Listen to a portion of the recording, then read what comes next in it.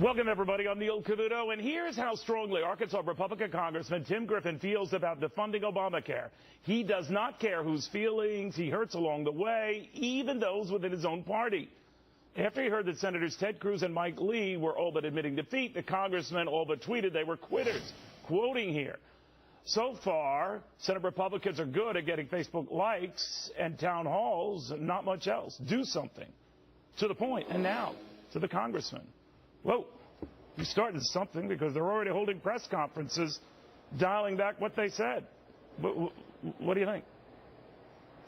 Well, first of all, I would never tell anybody where they could go. Look, and I read Carl's article. He didn't say the general idea was a bad one. He said a shutdown is a bad idea. Look, I'm not advocating. No, to be fair, Congressman, what he said is that the idea that you'll make much progress trying to defund this thing is going nowhere fast. It's a very principled argument, but the numbers don't help you in the Senate. And even if you got your way in the Senate, the president would veto it, and you were far, far from a veto-proof majority. What do you think of that? Well, I will tell you this. If we only passed bills in the House that we knew the president wanted to sign and that the Senate wanted to pass, then we'd be in pretty bad shape.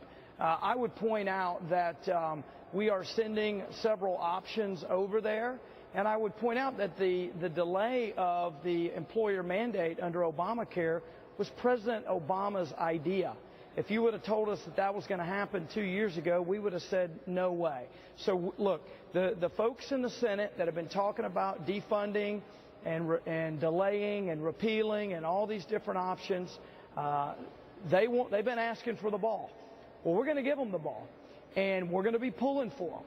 And the thing about the Senate, which is different than the House, is in the House, the majority pretty much controls everything. In the Senate, there are certain procedural ways to give the minority some power, and the minority can make a statement. There's no doubt that it's going to take a massive grassroots effort, and there's no doubt that there's some senators like the Democrat senator from my home state, Mark Pryor, who doesn't want to vote on Obamacare either way. And it's the same with Landrieu from Louisiana and elsewhere. But Congressman, were you specifically citing Senators Lee and Cruz as those Republicans who talked a good game but didn't really follow through?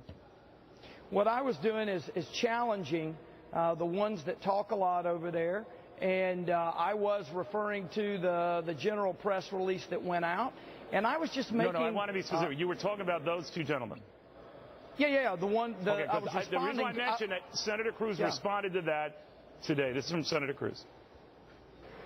I will do everything necessary and anything possible to defund Obamacare. A filibuster? Yes, and anything else, any procedural means necessary. Listen, this is the most important fight in the country, and it's easy to focus on the political back and forth. What did you think of that? Hey, I'm glad that he has made that abundantly clear. Look, as far as I'm concerned, I've known Ted Cruz since 2000. He was on the Bush campaign when I was working to help get President Bush elected in 2000. I've known him a long time. What that is encouragement from us to say, look, you guys have to do what you've been saying you can do or want to try to do. We've done our part, and we're counting on you. All right, so real quickly, what did you think of the Democratic leadership having this to say about you? Let's just run that. We're not going to blink. You can't be held hostage. You can't have someone put a gun to your head and say, we're going to do horrible, ridiculous things unless you give in to us. This is playing with fire. Legislative arsonists are at work when they start using the debt limit. Not a good week, given all that's happened to be saying stuff like that. But what did you make of that? Look, it sounds like Chuck Schumer and Nancy Pelosi have been playing too many violent video games.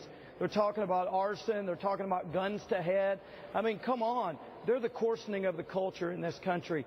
I don't pay much attention to what they say usually because it's usually partisan hyperbole. Here's what I know. No one's calling for a government shutdown. I'm not for a government shutdown. I don't think a government shutdown helps us. What I do know is this. Anytime anyone, whether it's a used car dealer or whether it's the President of the United States, anytime they tell you that they're not going to negotiate at all, that is in fact the beginning of negotiations.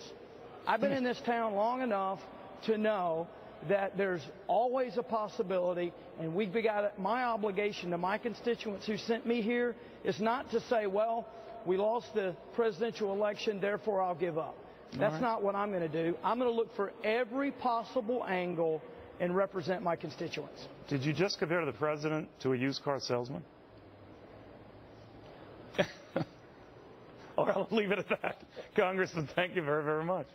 All right, meanwhile...